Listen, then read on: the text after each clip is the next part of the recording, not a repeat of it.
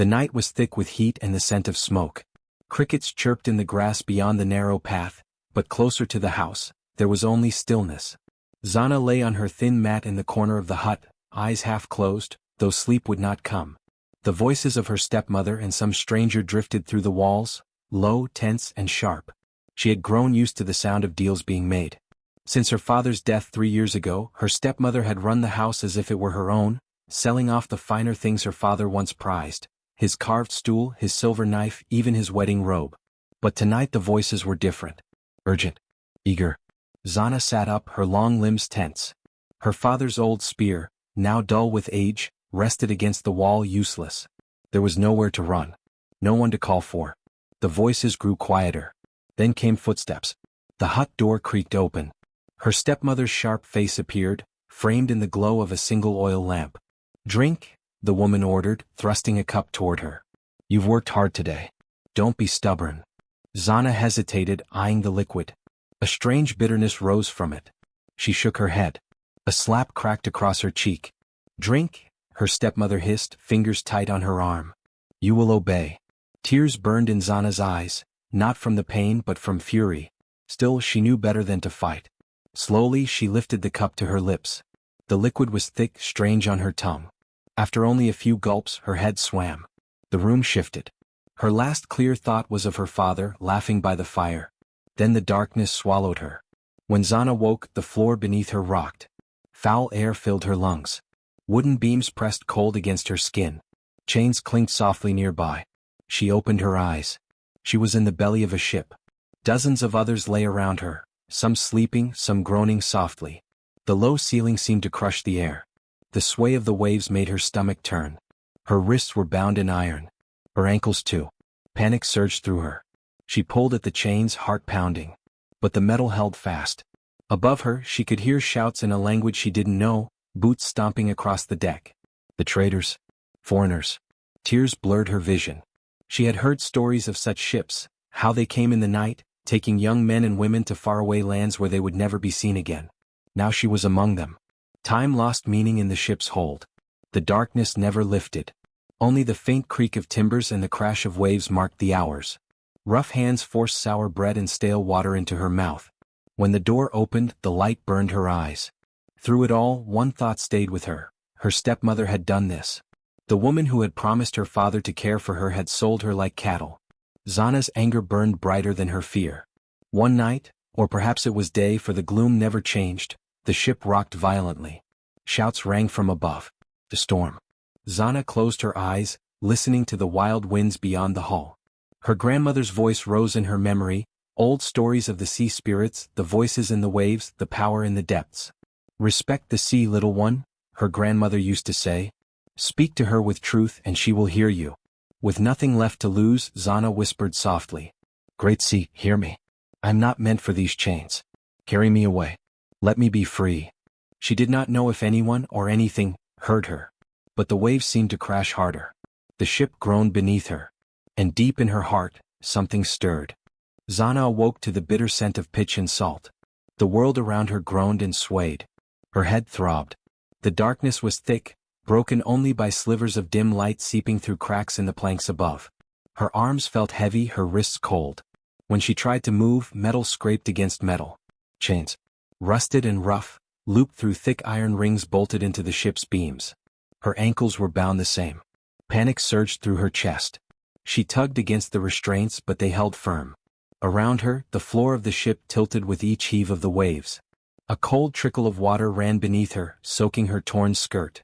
Low voices echoed from above, muffled by the deck. Harsh syllables in a strange tongue. The language of the traders. Zana could not understand the words, but their tone was clear, angry, urgent, laced with fear. She blinked against the dimness, her throat dry and raw. Her mouth still tasted of whatever foul drink her stepmother had forced on her. The memory of that moment struck her like a blow. Her stepmother's sharp glare, the slap of the cup in her hands, the bitter liquid sliding down her throat. Sold. She had been sold. Zana's stomach twisted. Her stepmother had waited until her father was gone, until there was no one left to stop her. She had traded her like a bolt of cloth or a sack of grain. Now Zana was chained in the belly of a foreign ship, bound for a fate she dared not imagine. She looked around. Other figures lay scattered on the rough wooden floor. Some were young like her, others older. All chained. Some groaned softly in their sleep. Others stared blankly at the ceiling. No one spoke. The ship rocked violently, the beams creaking with the strain. Somewhere overhead, heavy boots pounded across the deck. The sailors shouted again, voices sharp and rising. Zana closed her eyes and tried to steady her breath. The ship's motion made her dizzy. The air was thick with heat, sweat, and fear.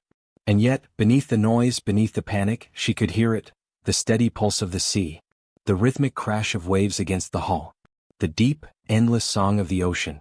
Her grandmother's voice echoed in her mind. "The sea listens, little one," the old woman had told her on quiet nights by the fire. "It holds great power. If ever you are lost, if ever you are afraid, speak to it. Tell the sea your heart." Zana swallowed hard. Her grandmother's stories had seemed like harmless old tales. But now, with nothing left but her breath and her will, they were all she had. She drew in a slow breath. The air tasted of salt and old wood. "Great sea," she whispered, her voice barely a thread of sound. "I do not belong in chains. I do not belong to them. Hear me. Free me." The ship lurched sharply, throwing her against the beams. A great boom echoed through the hull. Above, the shouting grew louder. The storm outside was growing. She closed her eyes again. Her heart pounded. "Please," she whispered. "Carry me away from this place. Let me be free." Another wave crashed against the side of the ship, stronger than before. The boards creaked and moaned.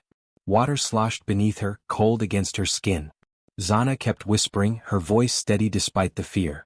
She spoke not with words of anger but with longing, with truth. "I am not meant to be bound," she murmured. "I am not theirs. The sea knows this. The sea is free. I wish to be free." The ship heaved again as if answering her. Above, ropes snapped. The traders' voices turned to shouts of alarm. Still chained, still soaked and trembling, Zana whispered to the sea. Hour after hour, word after word. Alone in the dark, beneath the roaring storm, she told the waves her heart. And deep within her, something began to change. The sea was listening. The storm struck with no warning. One moment, the ship groaned beneath a restless sea. The next, the wind howled through its masts like 1,000 screaming voices. Waves rose high and smashed against the hull, sending cold water rushing through the gaps in the planks below deck. Zana's chains rattled with each lurch. The pitch of the floor tossed her sideways, slamming her shoulder against the beams. The air was no longer just thick with heat and salt, it carried the crackle of something deeper, older. The voice of the sea had grown louder. Above her, chaos reigned. Sailors shouted in languages she did not know, their voices ragged with fear. Heavy boots thundered overhead. Ropes snapped like whips. Zana forced her body upright, back pressed to the hull. Her breath came quick, but her heart was steady. She could feel it now, more than just the crash of the waves or the howling wind. There was a pulse in the storm, a rhythm that matched her own racing blood. It was as if the sea itself was alive around her, watching, waiting. Her grandmother's voice rang again in her mind. "The sea listens. Speak true." Zana's lips parted. Her voice was soft at first, swallowed by the roar of the storm. "Great sea, I am here. I call to you." The ship shuddered as a massive wave slammed against it. Above, the captain bellowed orders, his voice barely audible beneath the gale. Zana pressed on. Her voice rose with the wind. "You are vast. You are free. I am not theirs to keep. I belong to the water, not to chains." The wind shrieked in response. Another wave broke against the hull with a thunderous crash. The ship tilted dangerously. Water rushed below deck, soaking her legs and swirling around the other prisoners, who whimpered and moaned. The sailors' panic grew. Footsteps pounded across the deck. A shriek of terror rang out. Zana's heart surged. The storm was answering her. Her voice grew stronger, steadier, no longer a whisper but a chant. "See, hear me. You are bound by nothing. Nor should I be. Break these chains. Break this ship. Let me be free." A great gust of wind howled through the rigging. The ship leaned sharply to one side, the sound of timbers cracking filling the air. Above, the captain's voice rang out again, now desperate. "Steady her. To the pumps." Another crash. Another wave. The ship was nearly on its side, struggling to right itself. The panic of the crew was unmistakable. And through it all, Zana chanted. Her words carried the pulse of her longing, her fury, her hope. "Let the winds rise. Let the waves fall. Free me, great sea. Free me." Suddenly, the door to the hold burst open. A shaft of dim, gray light cut through the darkness. The captain himself stood there, drenched and wild-eyed, a sword in hand. His gaze locked on Zana. For a moment he stared, uncertain, disbelieving.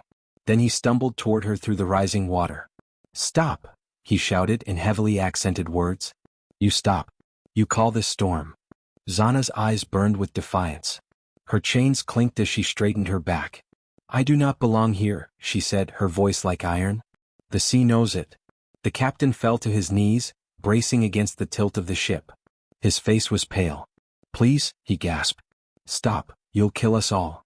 Zana looked at him, this man who had bought her, chained her, caged her. He shook with terror, water rising around him. In that moment Zana understood. The sea was listening. And more than that, the sea answered her. Power hummed beneath her skin, deep and vast. The storm danced to her voice. She drew a long breath, her heart calm amidst the chaos. "I will stop," she said softly. "But this ship will not be your cage. Not anymore." With that, she closed her eyes and sang, not in the words of men, but in the rhythm of the waves, the breath of the wind. A song of calm. A song of release. Above, the winds began to ease.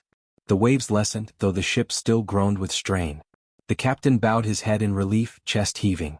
Around them, the storm withdrew, though the sea's voice still thrummed in Zana's bones. She opened her eyes.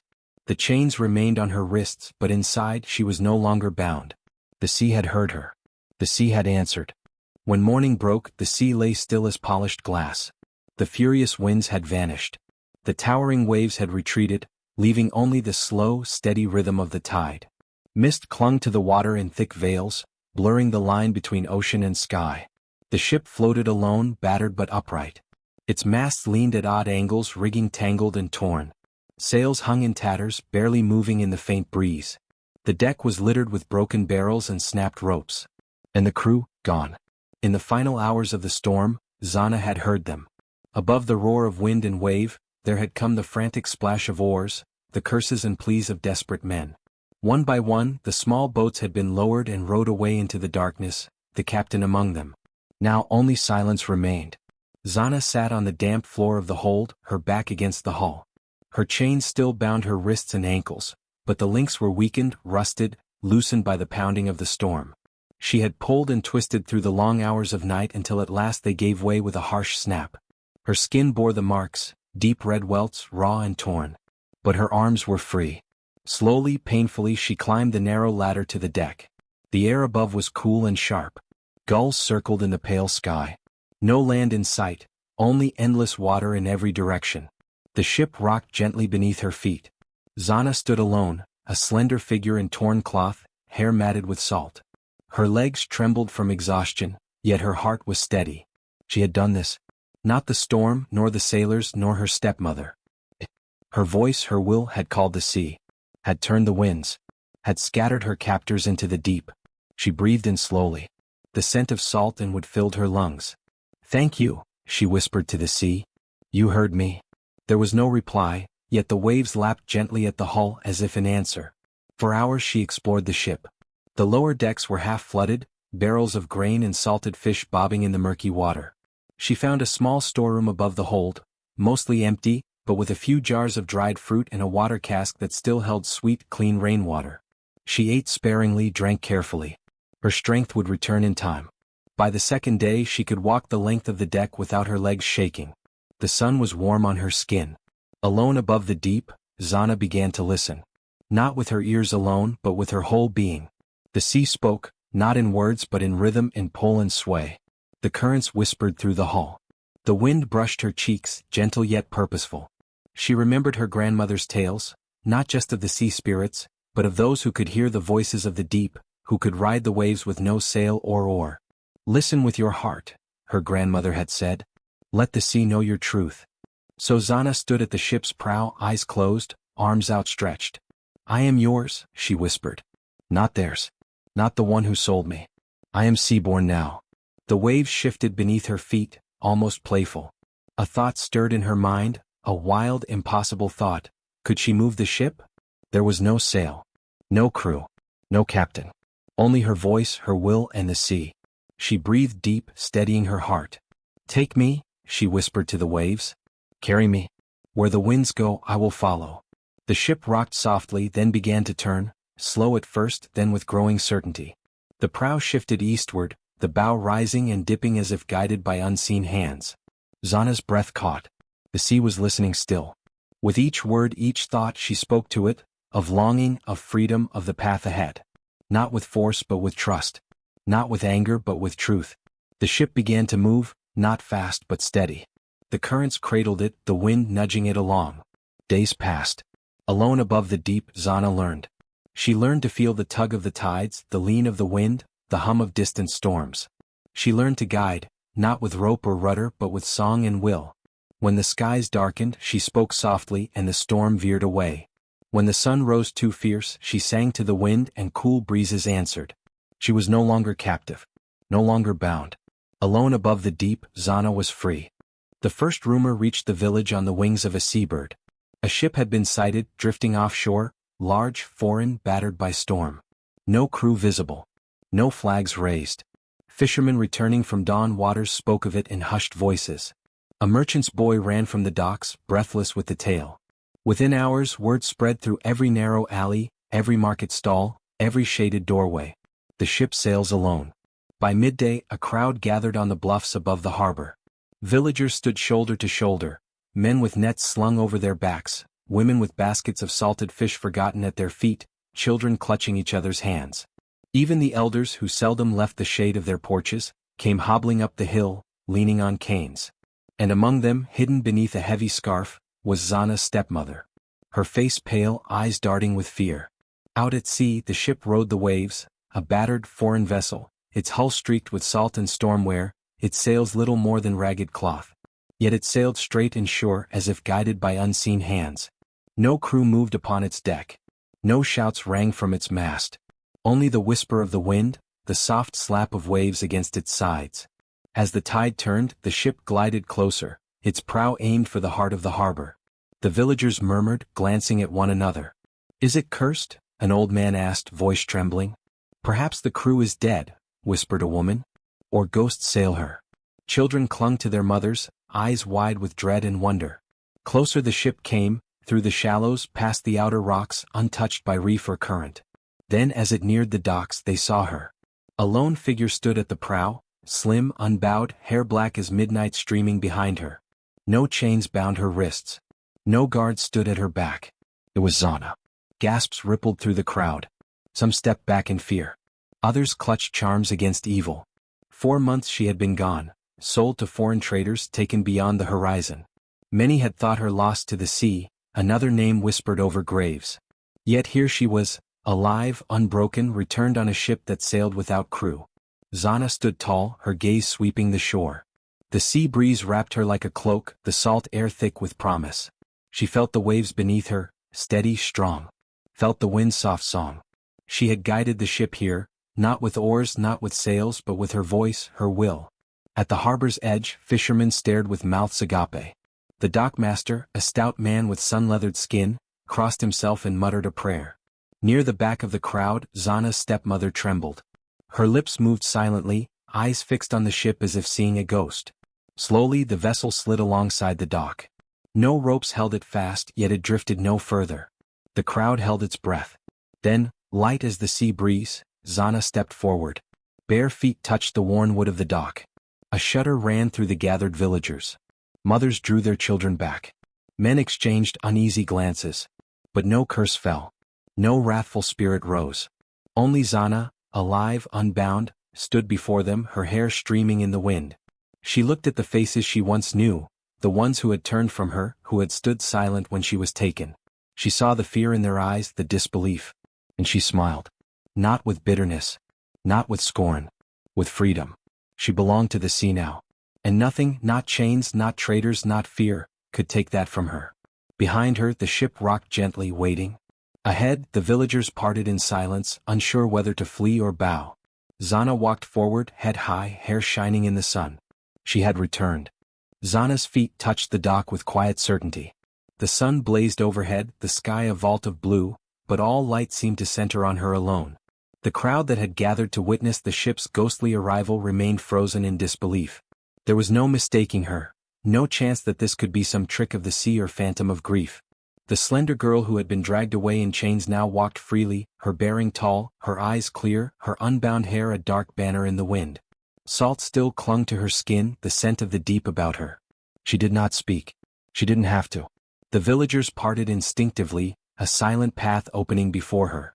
Some averted their eyes, remembering too well the part they had played, or not played, when Zana had been sold to the foreign traders. Many months had passed since that day. The ship had vanished over the horizon. No word had come. Most had assumed she was lost to the deep, or to some cruel fate in distant lands. They'd comforted themselves with the belief that she was gone forever. But now here she was, returned not broken but transformed. At the edge of the dock, a figure cowered behind two women, clutching at their sleeves with trembling fingers. Zana's stepmother. A woman once proud, always sharp-tongued and sharper-eyed, who had not hesitated to sell her husband's daughter for silver. Now her fine headscarf sat askew, and her cheeks had turned ghostly pale. The bravado with which she had told the village Zana would make her fortune elsewhere, had crumbled into terror. For since Zana's disappearance, the stepmother had wasted no time. She had seized the small house that had once belonged to Zana's late mother, claimed her few belongings, and even spoken of taking over her late husband's fishing boat, though none had dared to let her near the water, fearing ill luck. She had walked the village paths with haughty airs, secure in the thought that the sea had swallowed her stepdaughter whole. Now that same sea had returned her, and the stepmother's knees buckled beneath her. With a strangled cry she pushed through the crowd, falling to the dock at Zana's feet. Her head bowed so low that her forehead touched the splintered wood. "Forgive me," she whimpered, voice thin and shaking. "Mercy, child, mercy? I did not know." Her words stumbled and broke apart. Zana looked down at the woman, her shadow falling across her stepmother's trembling form. The dock was silent but for the faint creak of the ship behind her, the slow lap of waves against the pilings. Every eye was on her, villagers holding their breath, waiting to see what she would do. Would she speak a curse? Would she call down the wrath of the sea, the spirits of the deep who clearly walked with her now? Zana's gaze swept the faces around her. She saw shame, fear, guilt. Not one among them had lifted a hand to stop her fate. And yet there was no bitterness in her heart now. The sea had washed her clean of that. She was no longer the frightened girl chained in the belly of a ship. She was no longer a daughter of this village alone. She was a daughter of the waves, of wind and salt and sky. Zana's voice, when she spoke, was quiet but clear. "You sold me," she said, eyes resting on her stepmother. "You chained me, sent me to strangers." The stepmother sobbed, wringing her hands. "I was afraid. I needed coin. I thought you were cursed, the sea." Zana held up one hand and the woman fell silent, her breath hitching in her throat. "I needed no coin," Zana continued softly. "I needed no saving. The sea knew me, and it brought me back." She stepped forward and her stepmother scrambled backward on her knees. "I do not return for your forgiveness," Zana said, "and I owe you none."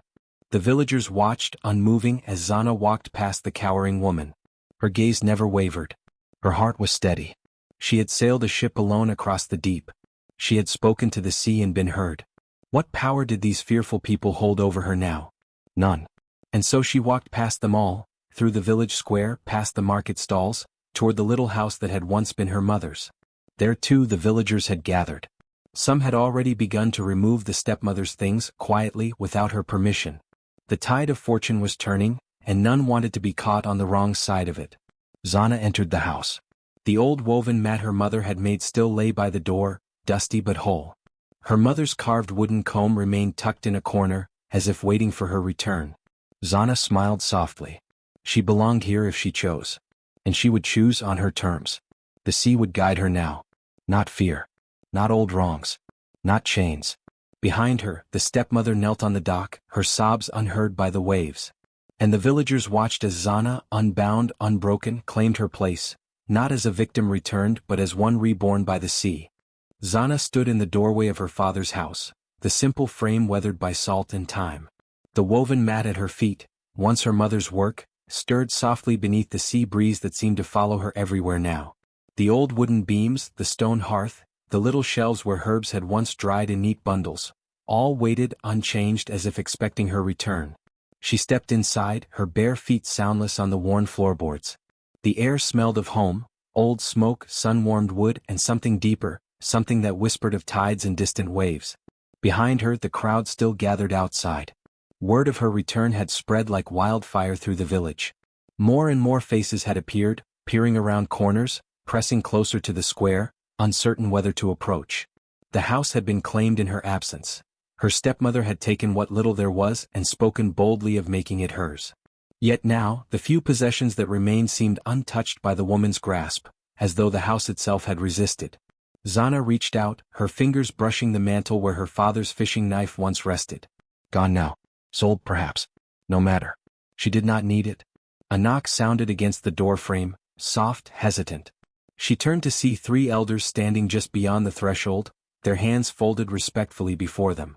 Men of gray hair and lined faces, those who had led the village council for years. Their expressions held both awe and caution. One of them, Elder Bari, stepped forward. His voice, usually so deep and commanding, held a trace of uncertainty. "Child," he began. "Zana, you have returned. We would speak with you." Zana inclined her head once, her gaze steady. Without invitation, the elders entered, moving with slow care as though the very walls might protest their presence. They seated themselves on low stools by the hearth, glancing at one another before looking to her again. Elder Bari cleared his throat. We saw the ship. Alone. No crew. The sea calm beneath it. You stood at its prow. Such things are not easily understood." He paused, waiting, but Zana said nothing. Another elder spoke, Kanu, his voice thin with age. "Many believed you lost. Taken beyond hope. Yet the sea has brought you back. We must ask, how did this come to be?" Zana met their eyes, her voice calm and sure, carrying the quiet weight of the waves. "The sea brought me," she said simply. The words settled over the room like a tide. The elders exchanged glances, brows furrowed. They had expected tales of storms, of shipwrecks, of survival against odds. Instead, this quiet truth, uncluttered, rang louder than any boast. "The sea brought me." Outside, villagers strained to listen. The door stood open, the crowd pressing closer now. They hung on every word, the same question burning on every tongue. How had she returned? What power sailed that ship? But Zana offered no further explanation. Not out of pride nor secrecy. Simply because there was no more to say. The sea had heard her voice. Had answered her call. And now the sea's voice moved through her. No words of men could explain it. Elder Bari leaned forward, his tone respectful, almost pleading. "And now, child, you claim your father's house?" Zana nodded once. "It is mine," she said softly. "By blood. By right." No one dared dispute it, not after the sight of her standing at the prow, the wind in her hair, the ship answering her will. Not after the cowardly fall of her stepmother at her feet. It was hers. All knew it. A long silence followed. The crackle of sea wind through the open door filled the space where words failed. Finally, Elder Kanu rose slowly, his aged joints creaking. "You speak with the sea's voice," he said. "We will not question what we do not understand. The house is yours. The village watches. Know that you have returned changed." Zana inclined her head again. "I have not returned," she said softly. "I have come with the sea." With those final words, the elders bowed their heads and departed, leaving her alone in the little house. Outside, the villagers parted to let them pass. Whispers swirled in their wake. "The sea brought her. She commands the waves. She is no longer one of us, and yet more than us." Within her home, Zana breathed in the quiet. The wind stirred gently, brushing strands of hair from her face. The sea was with her. Always. And its voice spoke through her now. The ship sat in the harbor, tethered to the old stone pier by thick ropes and iron cleats, but it would not rest. By day it floated still enough, its hull gleaming dark against the sunlit water. But come nightfall, the ship stirred as though alive, groaning softly in its timbers, rocking gently even when the sea lay flat and calm. The waves lapped in slow rhythm, answering some secret pulse within the vessel. The villagers watched it with wary eyes. None dared approach it now, not even the most seasoned sailors. Fishermen who had once laughed at superstition now spat twice on the dock before passing, and old women muttered prayers beneath their breath. It was not natural, they said. No crew. No captain. A ship returned from the deep, sailed by the will of a girl. Even the harbor master, a man of hard logic and harder fists, refused to board it. His attempts to assign a salvage crew had failed. Each time the chosen men made excuses, or found their courage faltering at the gangplank. The ship remained unclaimed. Untouched. Waiting. Zana knew it too. She could feel the call of the vessel even from her father's house. In the quiet hours of early dawn and deep night, it called her, not with words but with the hush of waves, the slow creak of timbers, the breath of sea air through its rigging. So she went often to the pier. She would stand at the water's edge, the rope coils lying slack beside her, the ship towering just beyond. The crowd of villagers parted when she came, watching her movements with awe and fear, none daring to follow.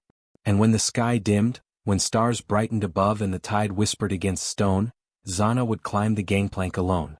The wood beneath her feet hummed faintly, alive with the memory of wind and wave. The deck groaned softly in welcome. She walked the length of the ship, her fingertips trailing along its worn rails.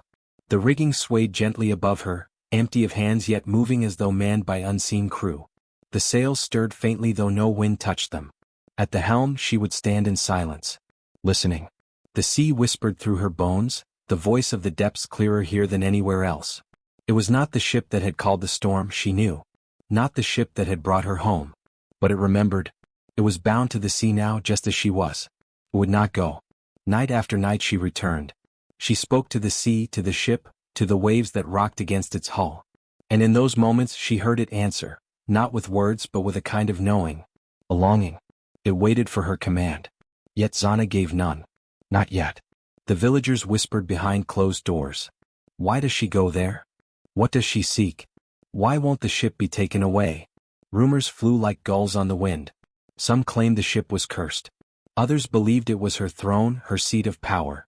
Some said the sea itself would not release it while Zana remained ashore. And all the while the ship groaned and rocked beneath the moon. One evening as she stood upon the deck beneath a crescent sky, her hand resting on the wheel, Zana felt the pull more strongly than ever. The deep currents whispered up through the planks, through the mast, through her very breath. It was waiting. Not for a crew. Not for gold or trade. For her. It was hers now, as much a part of her as the waves and the wind. But still she hesitated. The sea had brought her back, but to what purpose? To reclaim what was stolen? To forgive? To rule? No. She was not bound to the petty ways of the village, nor to the grudges of small hearts. Her path was larger now, deeper, wider, shaped by the tide and the stars. And when she was ready, when the sea called her once more, the ship would sail again. Until then it would wait, as patient as the deep itself. And every night, from the village windows and the darkened shore, the people watched the ship that would not leave. The council fire burned low in the village square, its orange light flickering across the assembled faces. The elders sat in their places of honor, woven mats spread beneath them, carved staffs resting at their sides. Word had been sent out at dawn. The council would meet this night to speak of Zana and the ship. Around them villagers gathered in tight knots. Some with arms crossed, suspicion in their eyes. Others with hope. The stories had spread too quickly to be stopped. How Zana had returned on a ship guided by no hand but her own, how she spoke in voices drawn from the sea, how her stepmother had been made to tremble and beg. Some called her a danger. Some called her chosen. All watched to see what would come. When the hour struck and the moon hung bright above, Zana walked into the square alone. She wore no grand robes, no garland or jewels, only a simple tunic bound at the waist, her long hair loose and wind-stirred. The hush that fell over the crowd as she passed was near reverent, broken only by the creak of the ship's rigging faintly audible from the harbor. Without waiting to be summoned, Zana stepped to the heart of the council ring and stood before the elders. She did not kneel. She did not bow. Elder Bari, voice firm, rose to speak. Zana, daughter of Yarrow, once of this village. You return to us changed. Some among us fear what they do not understand. Others welcome the blessing that may be yours. Tonight we ask, what is your purpose? What do you seek here in the place of your birth? Silence followed. The villagers leaned forward, breath caught. Zana met the elder's gaze, her voice calm even. I do not seek place or pardon, she said. I have returned because the sea willed it. I walk where the waves guide me. The house of my father is mine as it was. The ship in the harbor waits on no man. It answers the deep. A murmur ran through the listeners. Her words held no boast, no threat. Only truth spoken plain. Another elder, the eldest among them, spoke next. You do not ask us for leave. You do not claim title or demand. What would you have us do? Zana's gaze swept across the circle, taking in every elder, every villager beyond. Judge as you will, she said softly. It matters not. I am no longer bound to your fear nor your favor. The sea speaks to me. I will not be silenced." At this, Elder Bari looked to his fellows. Words passed between them in glances, in the slow nods of heads weighed by years of wisdom. Finally, Elder Kanu rose with effort, leaning on his staff. "In all things there are tides. The river may swell or dry. The wind may rise or fall. It is not for us to fight the sea, nor to deny what the waves have brought." He turned to Zana, his voice steady. "We bow to what we do not fully know. You are your own. Walk your path in peace. Let none hinder you." And with that, the elders lowered their heads in unspoken accord. Around the square, a breath seemed to release from the crowd, a mingling of relief, wonder, and lingering awe. Zana inclined her head once, neither victorious nor humbled. She had spoken her truth, and it was enough. The days that followed the council were quieter, yet beneath the surface change moved like a deep current. Zana walked the village paths without fear now. Heads turned as she passed, some still wary, some filled with open admiration, but no one dared confront her. Her father's house was hers again. The stepmother, too cowed to linger, had fled to distant kin. The hearth burned steady, the old stone walls warmed once more by song and life. But it was the ship that called her most. Each dawn, when the mist still clung to the shore, Zana stood at the dock and spoke softly to the vessel. No crew boarded her. No sails were unfurled. Yet the ship seemed ever restless, rocking faintly in tune with Zana's breath. Villagers began to whisper that the ship was alive, bound to her will, an extension of her voice, her spirit. At first, fishermen eyed the harbor uneasily, uncertain whether to launch their boats beneath the shadow of that dark hull. Yet when they dared venture out, they found the waters calm, the fish plentiful, the winds steady. And when a sudden squall threatened one afternoon, rising quick from the east, they saw Zana stand at the dock's end, bare feet against the worn boards, arms lifted to the sky. Her voice rose, low and steady, rippling through air and wave. The storm clouds held, then broke apart, driven back beyond the horizon. The sea quieted once more. Word spread faster than any tide. Soon, baskets of offerings began to appear by the ship's moorings, small tokens of thanks. Woven charms, sweet fruits, smoked fish, sea glass polished smooth. No one asked Zana for favors not allowed.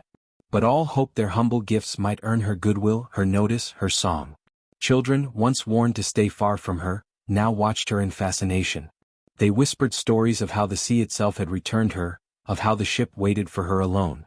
Some dared sneak close when she sang by the prow, hiding behind crates and posts to listen, eyes wide with wonder. It became known that when Zana sang, the sea listened. And not just the sea. One evening, as the sun dipped low and the tide drew out, an old man approached her. He was a fisherman of many seasons, his skin weathered, his eyes clear. Bowing low he spoke. "My youngest son is ill. Fevered. The herbs do little. I do not ask for magic. But, will you sing for him?" Zana regarded him a moment. Then she nodded once and followed.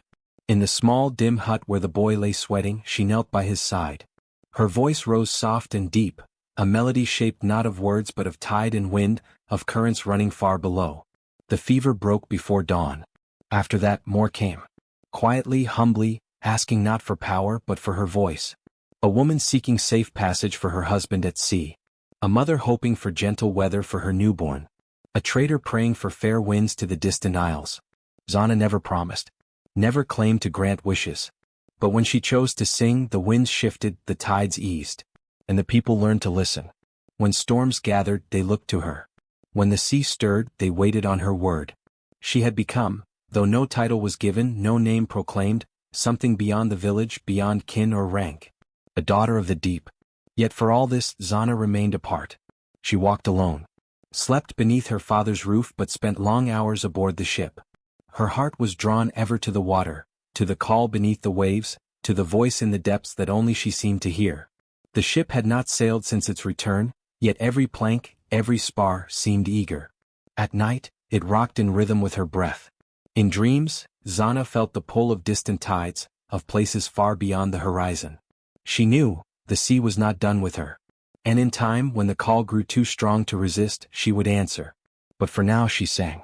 And the sea, ever listening, answered her voice. The village by the sea had changed. Where once they spoke her name in whispers edged with fear, now they spoke it with respect, even reverence. Zana walked free along the winding paths, through the market, by the harbor. No longer did villagers turn their backs or cross to the other side. Children peeked from behind their mothers, eyes wide, and the fishermen dipped their heads when she passed. It was the ship that had done it, that black-hulled vessel that rested in the harbor, moving with a life all its own. No crew boarded her. No one dared claim her. Yet every morning, Zana stood upon the dock, her voice rising soft and clear across the waves. The ship answered in gentle sway and creak as if listening. The fishermen had noticed first. One morning when their boats ventured past the headland, a sudden gale threatened to drive them back. But Zana had been seen on the dock, singing as the wind began to rise. Slowly surely the gale softened. The sea stilled. Nets returned full that day and word spread swiftly. After that, small offerings began to appear, simple things left at the mooring lines. Seashells, woven charms, strips of dried fish. No one spoke of them openly, but each morning they were there. And each evening, when Zana sang by the prow, her voice rolling out across the darkening sea, more would appear. The old fisherman said the sea was listening. And so, when storms gathered on the horizon, the villagers watched the harbor, waiting to see if Zana would appear. When she stood at the ship's rail, arms lifted, her voice ringing over the tide, hearts lightened. More often than not, the worst of the storms would pass them by, winds turning out to sea. In the marketplace, mothers spoke softly, "She is touched by the deep." Children sang songs of the daughter of the sea, weaving her story into their games. When strangers asked about the strange ship that never sailed, the villagers would shrug. "It waits for her." Zana herself claimed nothing. She made no demands, wore no crown. Her house remained as it was, simple and spare. Yet the ship had become her symbol, and her voice its command. At night, beneath the stars, she often sat upon its deck, feet bare against the wood. The sea whispered beneath her, and she whispered back. No words, only sound and breath, the song of one who belonged not only to the land but to the water's depths. And when the sea stirred, when strange tides rose or the waves whispered of change, the people listened. For they knew the deep would answer her voice.